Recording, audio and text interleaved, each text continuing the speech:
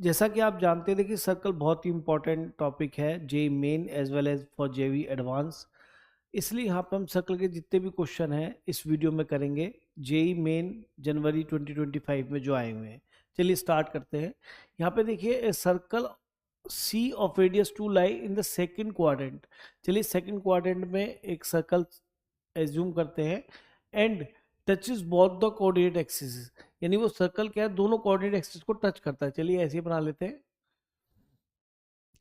एक ऐसा सर्कल जो दोनों कोऑर्डिनेट एक्सिस को टच करता है, तो उसके लिए कंफर्म है कि ये डिस्टेंस, अगर यहाँ पे हम ए ऐड करें तो ये भी ए ही होगी क्योंकि रेडियस है ना। तो ये कोऑर्डिनेट जो बनेगा, ये रेडियस ए है, ये भी रेडियस ए टच कर रही होगी, तो ये पॉइंट ऑफ कॉन्टेक्ट बनेगा और ये कोऑर्डिनेट आएगा -a, तो जो दोनों को टच करता है ना, और इससे कहा है रेडियस 2 का है, तो ये कोऑर्डिनेट कितना हो जाएगा -2 और 2, क्योंकि रेडियस तो इसकी कितनी है, इसकी 2। ठीक। आगे कहता है let r be the radius of the circle has centre 2,5। कोई एक सर्कल है जिसका सेंटर 2,5 है, और ये कहता है कि intersect C at exactly 2 points. ओहो, इसका मीनिंग ये हुआ कि दूसरा कोई सर्कल है जो इसको एग्जैक्टली 2 पॉइंट पे इंटरसेक्ट करता है, जिसका सेंटर कितना है 2,5। ठीक है, तो हम ये कंडीशन जानते हैं, जब दो सर्कल इंटरसेक्ट करते हैं एग्जैक्टली 2 पॉइंट, वो क्या होती है। देखिए ध्यान से, अगर मैं आपसे कहूँ, देखिए सर्कल ड्रॉ करके दिखाता हूँ आपको, कंडीशन याद करने का तरीका ये बताऊंगा। देखिए अब देखिए मैं सारे केसेस आपको समझाता हूँ। यहाँ पे दो सर्कल कंसीडर करते हैं जो एक दूसरे को किस किस तरीके से टच या इंटरसेक्ट कर सकते हैं। देखिए जब दो सर्कल एक दूसरे को इंटरसेक्ट करते हैं तो क्या होता है, और जब टच करते हैं तो क्या होता है। सबसे पहले टच करने वाली कंडीशन देखते हैं। नोटिस करो कि अगर यहाँ सर्कल का सेंटर C1 है, ये सर्कल का सेंटर C2 है, अगर ये एक दूसरे को टच कर रहे होंगे तो ये पॉइंट ऑफ कॉन्टेक्ट और सेंटर्स क्या होंगे, एक ही लाइन में होंगे। अगर ये इसकी रेडियस R1 है, इसकी रेडियस R2 है, तो आप नोटिस कर पा रहे होंगे कि C1 C2 यानी distance between their centres is equal to sum of their radii. इसमें कोई दिक्कत ही नहीं है ना।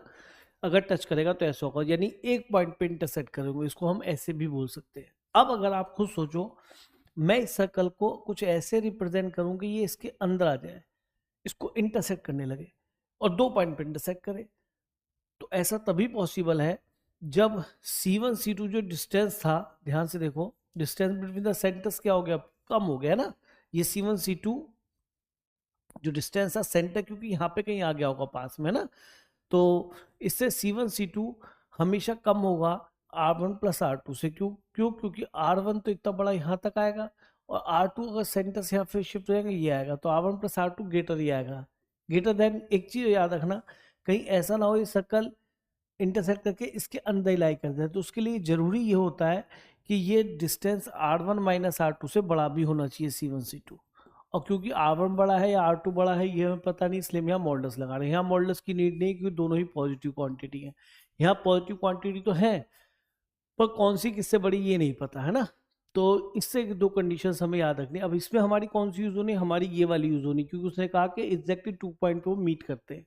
ठीक है, तो इनको यहाँ से हम हटा देते हैं, ये सब हटा दिया हमने यहाँ से। ठीक, अब देखिए हमने इसको शो करना स्टार्ट करा। अब खुद सोचो कि C1 ये है और C2 ये है सेंटर, तो C1 C2 डिस्टेंस कितना बनेगा, x1 minus x2 whole square plus y1 minus y2 whole square is less than R1 plus R2। R1 कितना है इसका 2, R2 इसका नहीं पता, वो R लिख लिया हमने, और यही तो हमारा एम भी है, माइनस R1 माइनस R2, ये मॉडल्स के अंदर आ गया। किसी को पहले लिख लो, चाहे आर माइनस टू लिखो, 2 माइनस आर लिखो, फर्क नहीं पड़ेगा क्योंकि मॉडुलस है। ये कितना बन जाएगा, -4 तो ये हो जाएगा 16, और ये हो जाएगा -3 तो हो जाएगा 9 under root less than 2 plus r. तो अब पहले इस इनइक्वालिटी को सोल्व करते हो तो 5 आ गया, 2 प्लस आर, तो आर इज ग्रेटर देन 3 आ गया। अब इस इनइक्वालिटी को सोल्व करते हैं, ये मैंने आर पहले लिख लिया, कोई फर्क नहीं पड़ता, माइनस लेस देन 5 सॉरी है ना, ये आ गया। तो हम ये जानते हैं कि मॉड एक्स लेस देन 2 होता है, तो इसका मिनिमम कुछ ऐसे लिखते हैं, एक्स बिटवीन -2 to 2। सिमिलरली यहाँ पे 2 का काम 5 कर रहा है और एक्स का काम R-2 कर रहा है, तो इसको हम लिख सकते हैं -5 to 5। 2 ऐड कर दीजिए इस साइड, तो -3 हो जाएगा, और 2 ऐड करने से हो जाएगा 7। ठीक है, तो R की वैल्यू अगर देखें फाइनली क्या बनी, दोनों का इंटरसेक्शन निकालें तो 3 से बड़ा, तो ये कहता है और ये कहता है -3 और 7 के बीच। ठीक है, तो इस तरह से कॉमन ये वाला रीजन मिल गया। तो ये आ गया 3 to 7 ओपन इंटरवल। और ये इन्होंने आर की वैल्यू हमें क्या दे रखी है, आर की वैल्यू आई है वो अल्फा बीटा, तो यानी अल्फा का काम 3 कर रहा है और बीटा का काम कौन कर रहा है, 7। तो अल्फा बीटा आ गए। अब ये यहाँ रखना है 3 बीटा 7 अल्फा 3, तो हो जाएगा 7 या 21 -6, तो इस तरह से आ जाएगा 15। तो ये देखिए ऑप्शन नंबर बी करेक्ट हो जाता है। इजी क्वेश्चन है। नेक्स्ट क्वेश्चन लेते हैं। Let the arc A C of a circle subset right angle at the centre O. ठीक है, एक सर्कल ड्रॉ करते हैं और कोई आर्क ए सी है, ए यहाँ ले लिया और सी यहाँ ले लिया, सबसे आसान लिया, और ये 90 डिग्री यहाँ पे ड्रॉ कर रहा है arc A C, centre O इसने बोल दिया। If point B on the arc A C, को यहाँ पे पॉइंट बी है जो ए सी आर्क पर divides the arc A C such that length of arc A B, यानी ए बी आर्क का length upon B C arc का length का रेशो यहाँ पे 1/5 है, यानी ए से बी चलने पर 1 पार्ट है, यानी यहाँ पे पार्ट 1 आएगा, यहाँ पे बी पॉइंट और ये वाला पार्ट होगा 5, ये रेशो 1 पार्ट ये हो गया तो 5 पार्ट ये हो गया, चलेगा। आगे इसे वेक्टर का थोड़ा यूज करा लिया, तो इसे हम वेक्टर के थ्रू भी कर सकते हैं, हम इसे कॉम्प्लेक्स नंबर के थ्रू भी कर सकते हैं। इसको पोजीशन वेक्टर किसी पॉइंट ए बी और सी के लिए निकाल सकते हैं। तो हम इसके लिए पर्टिकुलर केस ना कहें, जनरल केस भी कह सकते हैं, हम तो ओरिजिन लेके चल रहे हैं इसे। अगर हम ये कहें कि एक्स एक्सिस पे ही है तो ये पॉइंट क्या मिलेगा हमें, ये पॉइंट हमें क्या मिलने वाला है, 1,0। रेडियस का क्या है, रेडियस तो नहीं पता, तो रेडियस आर लेट कर लेते हैं, सभी रेडियस ही होंगी, तो ये r,0 बोला आ सकता है या नहीं। अच्छा, ये एंगल कितना बनेगा, टोटल ये 90 है, तो 90 को हमें 1 और 5 के रेशो में डिवाइड करना है, तो 1 सम ऑफ रेशो 5 + 1 यानी 6 हो जाएगा, 90/6 तो ये बनेगा, और ये वाला पार्ट ये वाला एंगल और ये वाला एंगल बचेगा। तो 15 × 90 15 ये बच गया, तो 15 डिग्री ये हो गया, ये 75 90 में सबट्रैक्ट करके हमने निकाल लिया। ठीक है, अब हम रोटेशन मेथड से भी चल सकते हैं और कॉम्प्लेक्स नंबर से भी निकाल सकते हैं। अगर मैं आपसे कहूँ कि ओ ए जो वेक्टर बनेगा इसको हम Z1 बोल दें या जो भी बोले चलेगा, कॉम्प्लेक्स नंबर Z1 भी बोल सकते हैं, तो ये क्या बनेगा हमारा r e⁻I थीटा। थीटा कितना है इसका, एक्स एक्सिस ले, इसे रियल एक्सिस और इसे इमेजिनरी एक्सिस लें तो r e⁻I थीटा बोला जा सकता है। ऐसे ओ बी वेक्टर क्या बोला जा सकता है, Z2 पॉइंट बोल दें इसको, तो r e⁻I इंटू थीटा कितना है π/12, 15 यही होता है π/12। आगे चले ओ सी वेक्टर के लिए, तो Z3 पॉइंट बोल दें इसको, Z1 बोल दिया हमने, इसको Z2 बोल दिया हमने, इसको fx को बोल दिया Z3। fx मानते कॉम्प्लेक्स नंबर, आपने देखा होगा, और वेक्टर की तरह भी हम जो है कॉम्प्लेक्स नंबर को ट्रीट कर सकते हैं। तो Z3 क्या मिलेगा हमारा, Z3 मिलेगा r e⁻I π/2, चलेगा। तो मैंने तीनों पोजीशन वेक्टर पॉइंट्स निकाल लिए कॉम्प्लेक्स नंबर की फॉर्म में, क्योंकि मुझे यहाँ पे ये यूज़ करना था। तो एक तरीके से ओ सी कितना है हमारा, Z3 है यहाँ पर, ओ ए कितना है यहाँ पर हमारा Z1 है, और ये यहाँ पे ओ बी हमारा Z2 है। तो रख देते हैं वैल्यू, Z3 की वैल्यू क्या है r e⁻I π/2, और अल्फा ओ ए वेक्टर क्या है r e⁻I theta, theta is 0 क्योंकि वो मैंने रियल एक्सिस ली थी ना, और बीटा ये बन जाए r e⁻I, और ओ बी वेक्टर क्या है π/12। क्लियर, आर तो कैंसिल हो गया, इसलिए तो क्योंकि जनरल किसी भी तरह से का तो बनेगा क्वेश्चन, क्योंकि ये इंडिपेंडेंट ऑफ आर चल रहा है मामला, ठीक है, रेडियस से फर्क नहीं पड़ रहा। तो ये cos π/2 + I sin π/2 होता है, ये आप जानते हैं। अच्छा जी, ये कितना बन जाएगा cos 0 जो एंगल आएगा, यूलर फॉर्म बन रहा हूँ, +I sin 0। इसी तरह से बीटा ये कितना हो जाएगा cos π/12 + I sin π/12। क्लियर, तो cos π/2 0 होता है, sin π/2 1 होता है, तो I बच गया, cos 0 1 वो 0 हो गया sin 0 की वजह से, और ये cos π/12 + I sin π/12। क्लियर, अब रियल और इमेजिनरी पार्ट को कंपेयर कर लेते हैं, तो यहाँ पे इमेजिनरी पार्ट का कोफिशिएंट 1 है, और वहाँ से इमेजिनरी पार्ट के साथ ये मिलेगा बीटा साइन π/12, π/12 15 डिग्री होता है, तो वैल्यू तो पता है, साइन में भी, कॉस में भी, टेन में भी, तो कोई प्रॉब्लम नहीं। यहाँ पे क्या है रियल पार्ट 0 है तो 0 इक्वल टू क्या मिलेगा, यहाँ से रियल नंबर इंडिपेंडेंट ऑफ आई लेना है जो आई से मतलब नहीं, और ये कितना बनेगा बीटा कॉस पाई बाई 12। अब अल्फा बीटा निकालने हैं, अल्फा बीटा को यहाँ पे पुट करना है तो हमारा आंसर बन जाना चाहिए। ठीक है, बीटा की वैल्यू तो साफ साफ नजर आ रही है 1/sin पाई बाई 12। क्लियर, तो इससे तो कोई टेंशन नहीं, बीटा आ गया। अब यहाँ पे रख दो अल्फा इधर, तो ये माइनस बीटा की वैल्यू 1/sin पाई बाई 12 यानी कॉस पाई बाई 12, तो ये हो जाएगा माइनस कॉट पाई बाई 12। तो ये हो जाएगा माइनस का 2 प्लस रूट 3। ये वैल्यू हमें पता होनी चाहिए। वैसे 11 में सबसे पहले हम यही 15 की वैल्यू रन करते हैं। 10 15 तो होता है 2 माइनस रूट 3 और कॉट 15 होता है 2 प्लस रूट 3। तो ये भी हम यूज करके देखते हैं क्या निकालना है। मैं अब यहाँ देखो मुझे निकालना है, वो हमारे लिए काम है अल्फा। तो अल्फा की वैल्यू क्या है, -2 प्लस रूट 3 रख दी, प्लस √2 मल्टीप्लाई बाई क्या दिख रहा है √3 - 1, और यहाँ पे क्या दिखाई दिया कॉस बीटा, बीटा कितना 1/sin pi by 12, sine pi by 12 होता है √3 - 1/2√2, है ना, यही होता है 2√2।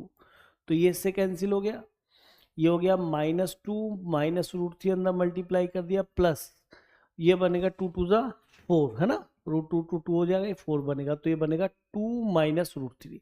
तो देखिए कितना सिंपल क्वेश्चन था। अगर आपको किसी वेक्टर को कॉम्प्लेक्स नंबर की फॉर्म में भी लिखना आता है तो, और यहाँ पे केवल एक बार एंगल निकालना था, वो रेशियो हमने फाइंड कर लिया और इसको हमने रियल एक्स मेरे एक्स पे कंसीडर किया, तो क्वेश्चन जल्दी से खत्म हो जाता है। बहुत टाइम टेकिंग क्वेश्चन नहीं है ना। नेक्स्ट क्वेश्चन देखते हैं वो, let circle C be the image of this circle in the line this. तो सबसे पहले हमें क्या देखना है कि कोई सर्कल है जिसका सेंटर यहाँ से क्या नजर आ रहा है साफ साफ 1 एंड -2, और इसका किसी लाइन जो कि इक्वेशन है 2x - 3y + 5 = 0 में एक सर्कल बनता है जिसको हम C बोल रहे हैं। तो ओबियसली जो रेडियस है वो तो सेम ही रहेगी, जो इसकी रेडियस है वही इसकी रहने वाली, बस सेंटर चेंज होगा तो सेंटर रेडियस मिल जाएंगे तो हम उसका इक्वेशन निकाल पाएंगे। तो सबसे पहले ये वाला काम कर लेते हैं।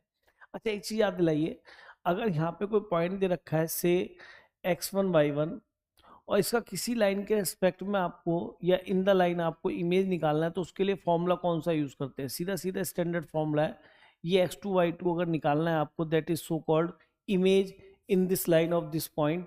तो it is given by x2 - x1 upon ये coefficient of x a, y2 - y1 अपॉन coefficient of y and minus twice of ये वाला पॉइंट हम इसके अंदर पुट करते हैं। x की जगह x1 रखा, ax1, y की जगह y1, by1 plus c upon coefficient of xy coefficient of y square. Directly यहाँ से x2 आ जाएगा, इन दोनों इक्वल रखने पे, इन दोनों इक्वल रखने पर y2 आ जाएगा। यही हमारा एम है। तो सबसे पहले हमें ये निकालना है, ये हमारे x1 y1 का काम कर रहे हैं, और यहाँ पे हमें जो फाइंड करना है ये हमारा x2 y2 का, this is said to be image in this line और that is called center of this circle, required circle.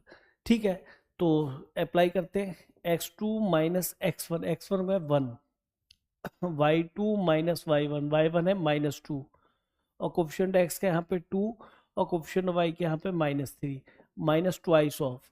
अब इसके अंदर पॉइंट पुट करो, 1 पुट किया तो 2 और -2 पुट किया तो यहाँ पे क्या दिखाई देगा 6 और +5 upon coefficient of x square 4, coefficient of y square -6 9। तो 9 और 4 13, 6 और 5 11, 2 13 कैंसिल हो गया। तो यहाँ से हमें x2 क्या मिलेगा इन दोनों इक्वेट करने पर, -4 और -1 हो जाएगा +1, तो ये मिल जाएगा -3। ठीक है, और सिमिलरली इन दोनों इक्वेट करेंगे तो कितना मिलेगा +6 -2, तो ये मिल जाएगा आपको 4। ठीक, तो हमें सेंटर अपने मिल गई, y2 है ना, तो सेंटर की जगह आ गया -3 और 4। तो इस तरीके से हमारी सर्कल की इक्वेशन आ जाएगी, है ना, क्योंकि रेडियस तो इसका वही रहेगा। रेडियस भी निकाल लेते हैं, इसका ये होगा g² + f² और -c के नाम पे 4 है तो रेडियस की 3 हो गई, तो इसकी भी रेडियस 3 होगी क्योंकि इमेज बन रहा है। तो सर्कल का इक्वेशन आ गया x - x1 यानी सेंटर -3 का whole square plus y - y1 4 का whole square equal to r, r कितना है 3, 3 का स्क्वायर। तो हमारा इमेज वाला सर्कल सी ऑब्टेन हो गया ना, ये सर्कल सी है हमारा। तो ये मिलेगा x square plus y square यहाँ से मिलेगा, प्लस का 6x मिलेगा, है ना, और माइनस का 8y मिलेगा, 9 9 यहाँ से कैंसिल हो जाएगा, प्लस 16 इक्वल टू 0। तो ये हमारा सर्कल आ गया। इस सर्कल को हम सर्कल सी बोल रहे हैं। अब आगे इसमें कहानी अलग आएगी, इसलिए हम इसको कॉपी कर लेते हैं एक बार, है ना। तो देखिए ये हमने यहाँ पे कॉपी कर लिया। अब देखिए इसको यहाँ से हम हटा देते हैं। अब ये हमारे काम का नहीं है, इसको हमने हटा दिया, क्योंकि अगर जरूरत पड़ेगी तो कॉपी हमने कर ही लिया है। अब देखिए उससे क्या क्या कहानी कही है हमसे। पहले इस सर्कल को उठा के हम साइड में रख लेते हैं, ये हमारा सर्कल सी है। क्लियर। अब हम आगे क्वेश्चन से बात करते हैं। अब क्वेश्चन में क्या कहा गया, and capital A be the point on C such that O is parallel to x axis. तो यानी कि अब आपको जो है पैरेलल टू एक्स एक्सिस यानी इसका एक्चुअल डायग्राम जो ड्रॉ कर लीजिए। तो थोड़ा कुछ उसका डायग्राम है वो ड्रॉ कर लेते हैं, क्या बनता है एक्स एक्सिस वाई एक्सिस को लेकर। तो ये एक्स एक्सिस हो गई, ये वाई एक्सिस हो गई, और इसका सेंटर कितना है -3 और 4, और रेडियस तो ऑफ कोर्स इसकी 3 ही होनी है, उसकी इमेज थी। ठीक है, तो -3 तो हम यहाँ कहीं पहुँच गए, 4 के लिए हम यहाँ कहीं आ गए। तो -3 और 4, और रेडियस इसका कितना 4 है। तो ठीक है, रेडियस 4 नहीं रेडियस 3 है ना, तो ये -3 था, तो ये इसका मीनिंग यहाँ से टच करते हुए जाएगा, और 4 थोड़ा सा ऊपर रह जाएगा यहाँ पे ना, इस तरीके से। तो ये 3 रेडियस है और ये 4 है, तो ये हाइट थोड़ी ज़्यादा होगी 3 से। अब ध्यान से देखिए इसके अंदर ये ओरिजिन है हमारा। अब इससे क्या बोला कि such that O A is parallel to x axis. अच्छा ठीक है, and A lies on right hand side of centre. अच्छा पैरेलल टू एक्स एक्सिस तो यहीं पे आएंगे पॉइंट, और सर्कल पे लाई करता है, तो ये पॉइंट ए हो गया ऑफ कोर्स। तो ये कितना है, ये -3 और 4 था, तो इसका मतलब 0,4 ही बनेगा ना, हाइट ये तो 4 ही है, 0,4 पॉइंट ए भी आपको अपडेट हो गया। अच्छा है, राइट हैंड साइड पे था, ये भी क्लियर है। अब कहता है if B alpha beta with beta is less than 4, beta less than 4 है, ठीक है कोई बात नहीं। लेस देन 4 का मतलब हुआ कि अल्फा बीटा यानी कि उसका ऑर्डिनेट लेस देन 4 यानी ऊपर नहीं होगा, नीचे होगा, 4 से नीचे होगा ना। लाई ऑन द सर्कल यानी कि बी पॉइंट कहीं यहाँ पर है, जिसके कोऑर्डिनेट क्या है अल्फा कॉमा बीटा, क्योंकि लेस देन 4 है ना, उसका जो ऑर्डिनेट है वो 4 से छोटा है, तो यहीं कहीं लाई कर रहा होगा। ऑन द सर्कल भी है ना, lie on C such that the length of arc A B, arc A B is 1/6 of the perimeter. अच्छा, ये जो आर्क ए बी है, ये जो यहाँ से यहाँ तक का आर्क है, समझने की कोशिश करना, मैंने इसको थोड़ा सा डार्क कर दिया, ये 1/6 ऑफ द पेरीमीटर है।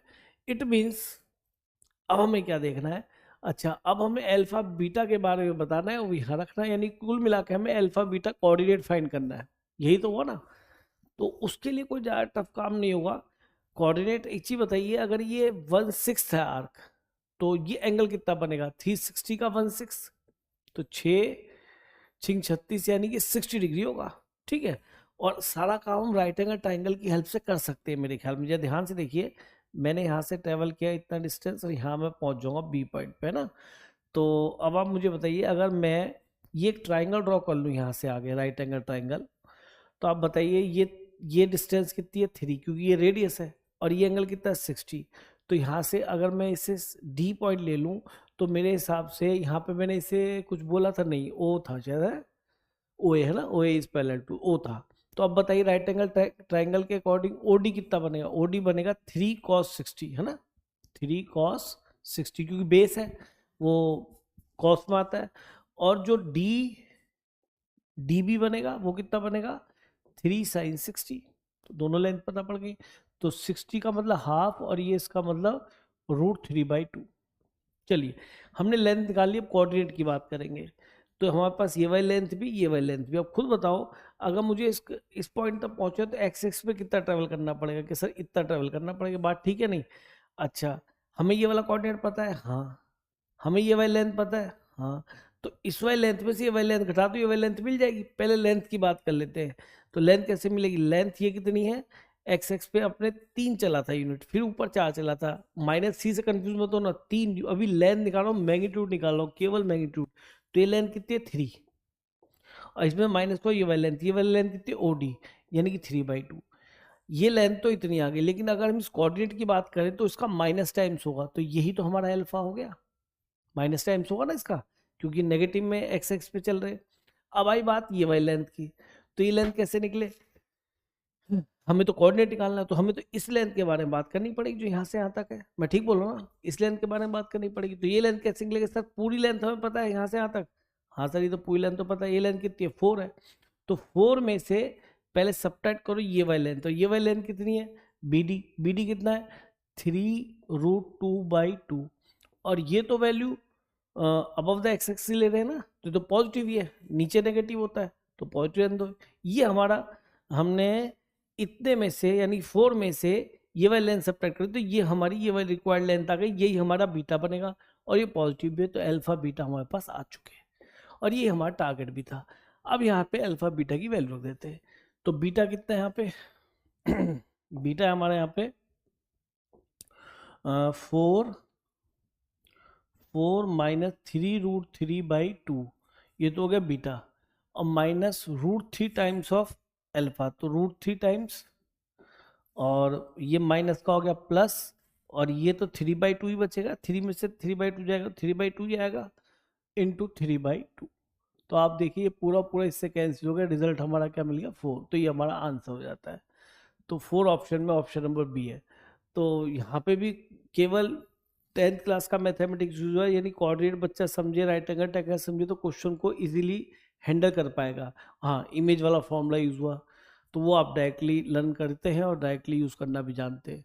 नेक्स्ट क्वेश्चन देखते हैं। In this question given that the equation of the circle which touches x axis at the point a,0 पे वो टच करता है एक्स एक्सिस पे, और ये पॉजिटिव है। तो एक बात तो श्योर हो जाती है कि आपका सर्कल यहाँ पे कहीं a,0 पे एक्स एक्सिस को टच कर रहा है। ये मैंने एक्स एक्सिस वाई एक्सिस की ड्रॉ कर ली है।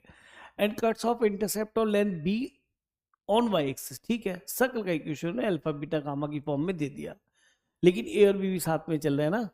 If the circle lie below the X axis, अच्छा, then order pair 2ab², 2a,b² निकाल। तो एक बात तो समझो ना कि सर्कल बनेगा आपका नीचे, ये समझो, और ये इंटरसेप्ट कितना कट कर रहा है? b यूनिट्स का। तो ठीक है, ये टचिंग वाला मामला तो हम पता रहता है ना, इसमें तो कोई प्रॉब्लम नहीं आती। हम ये जानते हैं जब ये टच कर रहा होता है तो यहाँ से इसको परपेंडिकुलर ड्रॉ करते हैं, सेंटर से पास होता है, 10th का थ्योरम है। और ये दोनों लेंथ बाइसेक्ट हो जाएंगी क्योंकि परपेंडिकुलर ड्रॉप करा आपने सेंटर से। तो जब एक्स एक्सिस को टच कर रहा होता है तो ये तो हम पता ही कि ये लेंथ भी ए या नहीं, क्योंकि ये वाली लेंथ ए है ना। और अगर हम इसकी सर्कल की रेडियस को आर बोल दे तो ये भी आर होगा यहाँ पे। ये तो बिल्कुल स्टैंडर्ड तरीका है। तो इसका कोऑर्डिनेट हमें क्या मिल जाएगा? ए कॉमा दिस, तो ए कॉमा माइनस आर बोलेंगे ना, क्योंकि हम नीचे आ गए, वाई एक्स पे नेगेटिव मेजर होगा। और यहाँ पे राइट एंगल ट्रायंगल से हमें क्या नजर आ जाएगा सर? ए बी और आर में रिलेशन। तो आर स्क्वायर क्या बन जाएगा हमारा? b²/4 plus a²। तो एक रिलेशन हमारे पास यहाँ पे ये है। अब तो कुछ भी नहीं है, सेंटर रेडियस तो हमें यहाँ से दिखाई दे रहे हैं। सेंटर क्या होता है? कोफिशिएंट ऑफ एक्स का आधा विद अपोजिट साइन, जो साइन यहाँ लगाए पॉजिटिव कर दीजिए। ऐसे कोफिशिएंट ऑफ वाई का आधा विद अपोजिट साइन, तो ये इसका सेंटर हो गया। क्लियर? और रेडियस के नाम पे क्या मिल जाएगा? रेडियस हो जाएगा इसका r =√g² plus f² minus c, यानी कि α²/4 प्लस β²/4 और माइनस सी के नाम पे क्या है? गामा, क्योंकि गामा भी मुझे रिजल्ट में चाहिए, दिख रहा है मुझे, है ना। अब आप कंपेयर करो, आपका सेंटर क्या है? कि सेंटर है मेरा a,-r, चलेगा? a,-r, तो यहाँ से सीधा सीधा दिख गया कि α/2 हमारा a के बराबर है, यानी कि हमें 2a की वैल्यू कितनी मिल जाती है? अल्फा। तो चलो अच्छा है, हमें तो ये ऑर्डर पे निकालना था, 2a सीधा सीधा हमारा क्या आ गया? अल्फा। एक काम खत्म, यानी ये तो अल्फा अल्फा दोनों में आ रहा है, तो ये गलत हो गया क्योंकि यहाँ पे दोनों में क्या आ रहा है? गामा आ रहा है। ये कहानी खत्म। अब आए इस पे, इसका वाई कोऑर्डिनेट, यानी -r की वैल्यू आपको और रखनी है ना। इस r से भी आपको निपटना पड़ेगा। तो ठीक है, कोई बात नहीं, हम एक काम करते हैं, यहाँ पे बी तो हमें चाहिए, तो यहाँ से आर की वैल्यू क्या मिल रही है, इनको इक्वेट करते हैं पहले, कितना बनेगा beta by two equal to r मिलेगा, है ना। और आर की वैल्यू यहाँ पे रख दीजिए बीटा बाई टू, यानी कि beta square by four equal to b square by four plus a square. अब ए की जगह हमें रख देना चाहिए था क्या, ये रहा एल्फा स्क्वायर बाई फोर, तो यहाँ से हमें बी स्क्वायर मिल जाएगा, है ना।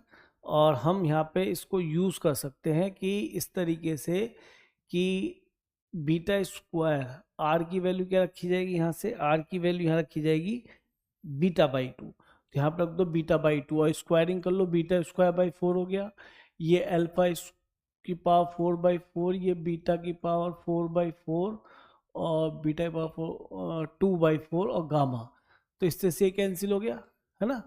तो हमें क्या मिल गया, गामा हमें निकालना है बी, तो बी यहाँ से दिखाई देगा, ये दिखाई दे रहा है beta square by four minus alpha square by four equal to b square by four, तो बी स्क्वायर की वैल्यू हो जाएगी beta square minus alpha square, लेकिन मुझे चाहिए गामा की टर्म में, तो ठीक है आ जाना चाहिए मुझे यहाँ से मैं एल्फा स्क्वायर बाई फोर को अगर गामा बोलूँ तो एल्फा स्क्वायर की कह सकता हूँ मैं, गामा में चाहिए रिजल्ट, तो यहाँ से एल्फा स्क्वायर की वैल्यू आ जाएगी फोर गामा, है ना, फोर गामा, तो इससे बी स्क्वायर हमारा ये आ गया, और हमें यहाँ बी स्क्वायर रखना था, बी स्क्वायर हमारा क्या बन गया beta square minus four gamma, तो आप नोटिस कीजिए ऑप्शन नंबर यहाँ पे हमारा बी करेक्ट हो जाता है। तो देखिए सिंपल कैलकुलेशन है, केवल वेरिएबल्स को इधर उधर शिफ्ट करना है। नेक्स्ट क्वेश्चन देखते हैं, let the line x plus y equal to one meet the circle this at point A and B. तो सबसे पहले यहाँ पे हम एक काम करते हैं, एक्सिस ड्रॉ करते हैं और फिर एक सर्कल ड्रॉ करते हैं। देखिए ध्यान से, यहाँ एक्स एक्सिस आ गया और ये वाई एक्सिस आ गया, और यहाँ पर एक सर्कल ड्रॉ कर लिया हमने रेडियस टू का, साफ साफ नजर आ रहा है, विद सेंटर ओरिजिन, ये रेडियस टू है, तो ये कोऑर्डिनेट कितना होगा टू कॉमा जीरो, ये जीरो कॉमा टू, और ये लाइन बड़ी अच्छी दे रखी है, ये इस तरीके से x upon one plus y upon one equal to one, intersect form से क्लियर हो गया कि यहाँ पे वन कॉमा वन यहाँ से लाइन पास हो रही होगी, क्लियर। तो लाइन भी ड्रॉ कर देते हैं, ये हमारी लाइन ड्रॉ हो गई कुछ इस तरीके से, है ना। तो फिगर तो यहाँ हमारा ब्लू एक्यूरेट आ चुका। अब इसने कहा intersect meet the point A and B, तो यानी ये सर्कल को ए और बी पे मीट करती है, ठीक है चलिए कोई बात नहीं। आगे कहता है is the line perpendicular to A B, ये जो ए बी लाइन है passing through the mid point of the chord A B intersect the circle C and D, यानी लाइन है जो कि ए बी के परपेंडिकुलर इसके मिड पॉइंट से पास होती है। एक चीज बताइए, अगर मैं यहाँ से परपेंडिकुलर ड्रॉप करूंगा इसके ऊपर तो ऑफकोर्स वो क्या होगा, कॉर्ड को बाइसेक्ट करेगा, और ये इसके मिड पॉइंट से भी जा रहा तो ठीक है, और वो किस पे मीट करती है सर्कल को, सी और डी पे मीट करती है। तो अभी कह रहा है then the area of quadrilateral ADBC हो, ये एडीबीसी है, ठीक है, ये एबीसीडी नहीं है, एडीबीसी है, टाइपिंग मिस्टेक है।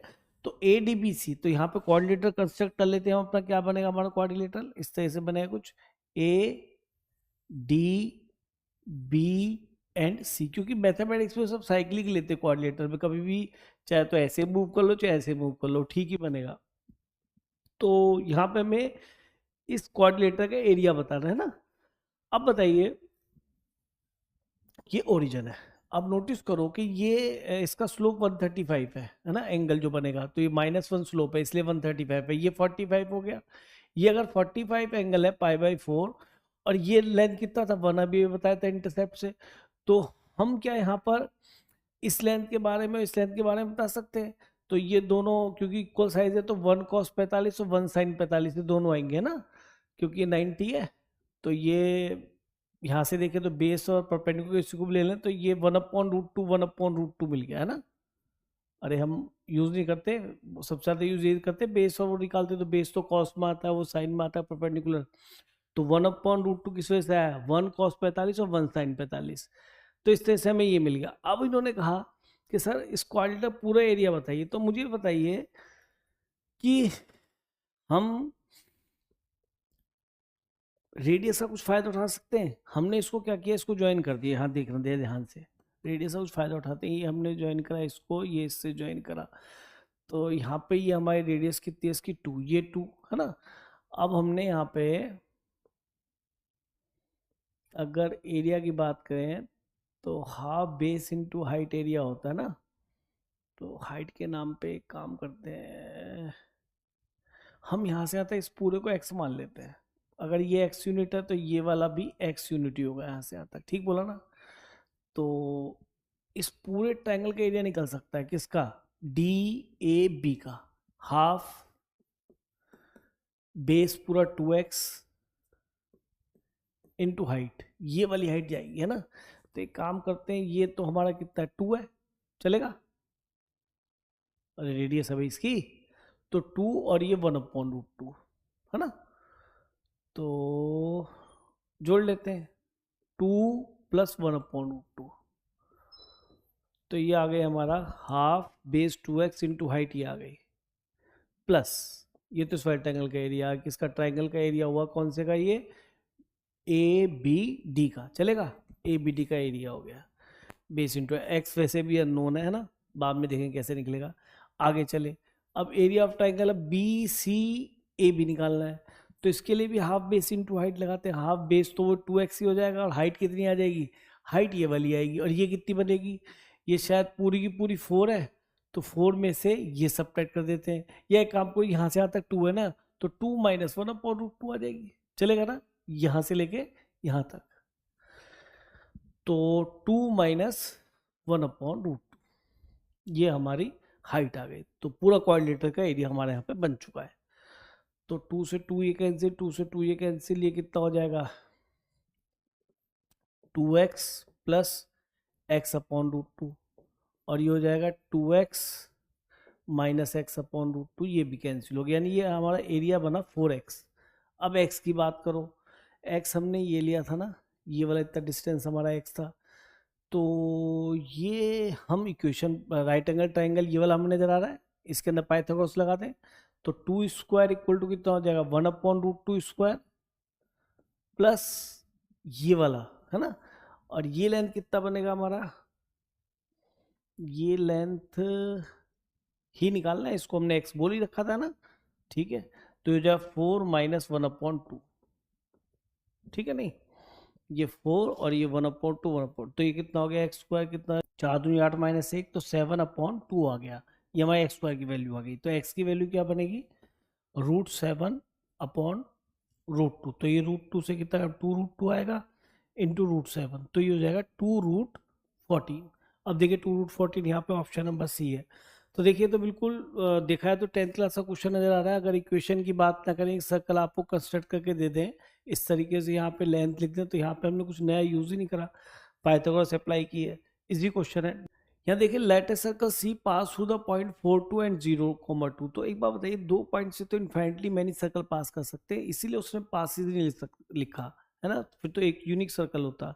तो ऐसे बहुत सारे सर्कल बन सकते हैं। तो आप जानते हैं 2 पॉइंट से पास करने वाले फैमिली ऑफ सर्कल का इक्वेशन होता है x - x1, ये x1 y1 है, ये x2 y2 है, तो x - x1 into x - x2 plus y - y1 into y - y2 plus lambda times of इन दोनों पॉइंट से बनने वाली लाइन का इक्वेशन, वो आएगा x y1 फिर x1 y1 4 to 1 and x2 y2 that is 0 to 1 equal to 0। ये लैम्डा पैरामीटर, लैम्डा की वैल्यूज बदलती जाएंगी, डिफरेंट डिफरेंट सर्कल मिल जाएंगे, लेकिन वो दोनों इन्हीं, वो जितने भी सर्कल बने वो इन दोनों पॉइंट से पास हो रहे होंगे, ठीक है।